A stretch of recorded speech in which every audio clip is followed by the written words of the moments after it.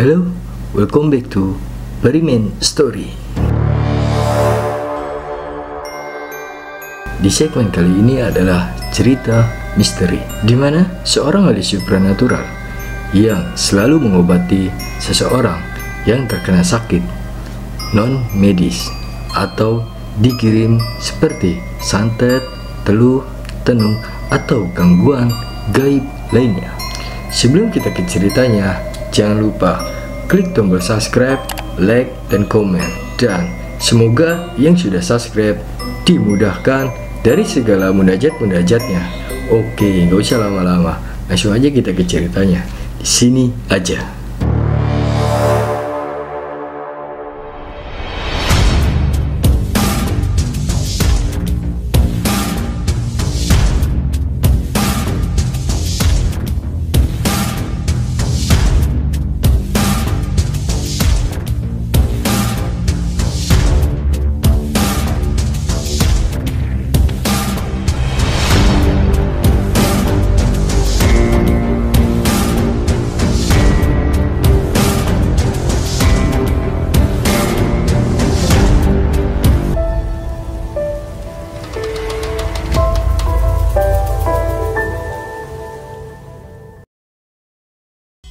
Di cerita kali ini adalah cerita nyata yang dimana nama dan tempat gua samarkan. Sebut saja Pak Jarwo. Pekerjaan Pak Jarwo adalah pengobatan alternatif atau non medis, seperti ngobatin orang yang kena santet, teluh, tenung, pelet, perontokan ilmu, gangguan dari makhluk gaib, pokoknya di luar jalur non medis. Banyaklah orang-orang yang datang ke rumah Pak Jarwo ini untuk berobat, dan alhamdulillah sembuh oleh Pak Jarwo. Maaf, sebelumnya kesembuhan ini bukan datang dari Pak Jarwo, melainkan Pak Jarwo ini adalah sebagai pelantara kesembuhan dari sekian banyak orang atas izinnya Allah, karena sang Zat penyembuh dan pengobatan adalah Allah Subhanahu Ta'ala. Singkat cerita, mungkin karena kebanyakan datang ke rumah Pak Jarwo untuk melakukan pengobatan adalah orang-orang yang dari luar kota, bahkan dari luar provinsi. Ya, namanya juga manusia, pasti dalam hal apapun itu, entah perdagangan, pekerjaan, dan lain-lain. Intinya, pasti saja ada orang yang tidak senang karena melihat kesuksesan atau keberhasilan dari seseorang. Mungkin bisa disebut dengan iri dengki. Buang jauh-jauh penyakit iri dengki ini, ya bray, karena penyakit ini adalah penyakit yang paling bahaya untuk kita hidup bersosialisasi terhadap orang banyak, bahkan pada teman, tetangga, dan saudara. Oke, lanjut ke ceritanya. Pada malam pertama, datanglah seorang laki-laki yang hendak ingin berobat kepada Pak Jarwo. Nah, pas proses pengobatan, berbincang-bincanglah seperti biasanya. Mas ini dari mana? Saya dari Kulon. Saya disuruh berobat ke sini, Pak. Selesai proses pengobatan, seperti biasa datang. Selesai pengobatan, si pasien pun itu pamit untuk pulang. Sebelum pamit, si pasien itu meminta nomor Pak Jarwo dengan alasan untuk berkonsultasi bila mana kalau nanti ada apa-apa setelah sampai di rumah. Diberilah nomor telepon Pak Jarwo kepada si pasien itu. Wajar dong, bukan hal yang biasa jika si pasien minta nomor telepon untuk berkonsultasi. Lalu di malam kedua, datanglah orang yang ingin berobat lagi, namun berbeda orang dan berbeda daerah. Pasien ini bilangnya sih dari Wetan, sama seperti pasien yang pertama, meminta nomor telepon Pak Jarwo dengan alasan untuk berkonsultasi jika bila mana nanti ada apa-apa setelah sampai di rumah. Setelah 2 hari berlalu, HP Pak Jarwo berbunyi. Assalamualaikum Pak, gimana, sehat? Waalaikumsalam, alhamdulillah sehat. Setelah menerima telepon pertama, tidak lama HP Pak Jarwo berbunyi lagi.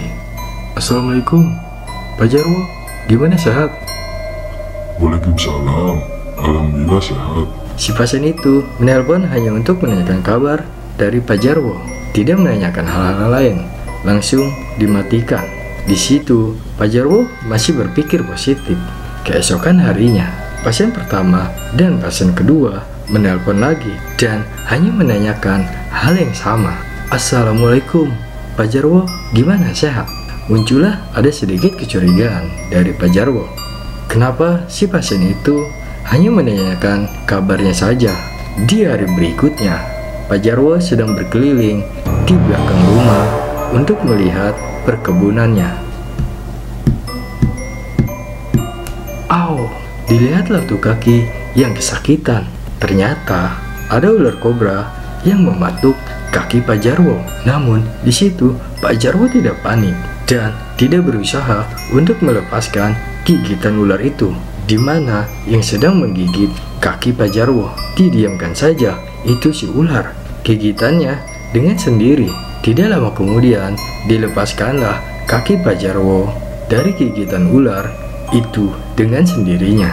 Lalu Pak Jarwo pulang dengan sedikit kesakitan, terpincang-pincang untuk menuju ke rumah. Pas sampai di rumah, bekas gigitan ular itu hanya direndam dengan air hangat oleh Pak Jarwo. Namun yang dirasakan Pak Jarwo pada saat itu panas di sekujur tubuh, seperti dibakar oleh api. Tiba-tiba Pak Jarwo ingat dengan pasien 1 dan pasien 2 yang menelpon Pak Jarwo hanya menanyakan kabarnya saja. Lalu Pak Jarwo dengan sigap mengambil handphone lalu menelpon si pasien pertama. Anehnya, kenapa si nomor pasien pertama itu tidak aktif? Lalu Pak Jarwo mencoba untuk menelpon kembali pasien yang kedua. Ternyata sama saja, tidak aktif. Kebingunganlah Pak Jarwo. Semalaman Pak Jarwo menahan panas di sekujur tubuhnya sampai pagi hari. Pas pagi hari, Pak Jarwo melihat kakinya. Ternyata sudah menghitam dan berbau tidak sedap atau busuk. Lalu Pak Jarwo menelpon dokter untuk datang ke rumahnya. Mungkin ini seperti dokter panggilan, bukannya dokter open WO. Lalu si dokter itu datang ke rumah Pak Jarwo untuk melihat keadaan kakinya. Dan dengan sigap dokter pun menyarankan agar kaki Pak Jarwo yang membusuk itu untuk dibedah karena sudah berbau busuk dan hitam. Lalu kaki Pak Jarwo dibedahlah pada saat itu juga. Selagi dokter membedah, Pak Jarwo tidak merasakan sakit sedikit pun, melainkan Pak Jarwo sedang fokus berperang melawan santet yang dikirim kepada dirinya. Proses penyembuhan kaki Pak Jarwo ini selama 3 hari dan peperangan gaib itu pun dilakukan Pak Jarwo. Berlangsung selama 3 hari itu juga.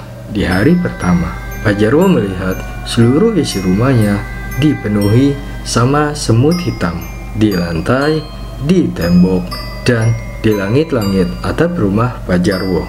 Namun pas Pak Jarwo bilang kepada istrinya, justru anehnya istrinya tidak melihat apapun yang dibilang oleh Pak Jarwo. Bu, kok rumah kita banyak semut hitamnya ya, Bu? Tolong disapu, Bu. Tapi jangan dibunuh ya, Bu. Di mana, Mas? Itu di seluruh rumah kita, Bu. Mana, Mas? Gak ada apa-apa. Sudahlah, sapukan saja, Bu. Seruan Pak Jarwo dengan nada lembut untuk meyakinkan sang istri. Istri Pak Jarwo pun menurut. Disapulah kantuk seluruh yang dibilang Pak Jarwo banyak semutnya. Setiap hari selalu membersihkan semut selama 3 hari. Itulah salah satu perlawanan Pak Jarwo untuk melawan kiriman-kiriman dari 2 orang tersebut. Nah, ketika Pak Jarwo ingin minum, setiap minuman yaitu dituang.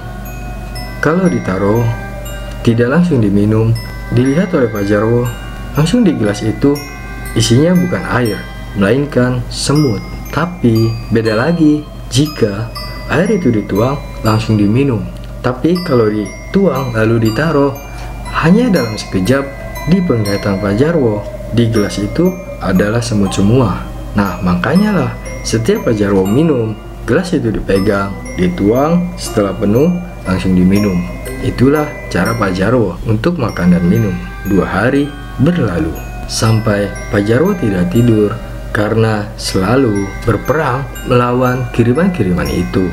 Sampai suatu ketika Pak Jarwo mengharuskan Merogo Sukmo untuk bertempur yang lebih dahsyat di alam gaib. Akhirnya dengan alhamdulillah Pak Jarwo berhasil memenangkan peperangan gaib itu selama 3 hari. Setelah 3 hari, kehidupan Pak Jarwo pun sudah mulai normal, seperti tidak melihat semut di tembok, di langit-langit, dan setiap minum yang dituang kalau tidak diminum langsung maka tidak ada semutnya lagi, karena kehidupan Pak Jarwo sudah mulai normal, serta semua penglihatan gaibnya Pak Jarwo. Alhamdulillah Pak Jarwo pun sembuh, hanya tinggal medisnya saja, yaitu luka di kaki yang sudah mulai kering dan membaik. Oke, gimana tuh kisahnya? Di sini gue jelasin. Setiap supranatural yang membuka pengobatan dari hal yang gaib seperti santet, teluh, tenung, bahkan dari gangguan gaib. Mungkin si pasien itu sembuh, tapi supranatural itu pasti akan diganggu oleh si pengirim. Itu nyata dan fakta. Jika tidak percaya, tanya saja kepada ahli supranatural atau teman-teman kalian yang memiliki kelebihan itu.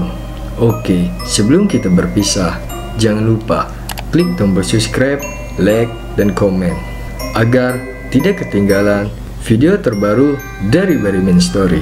Sampai jumpa, salam dari Barimin Story.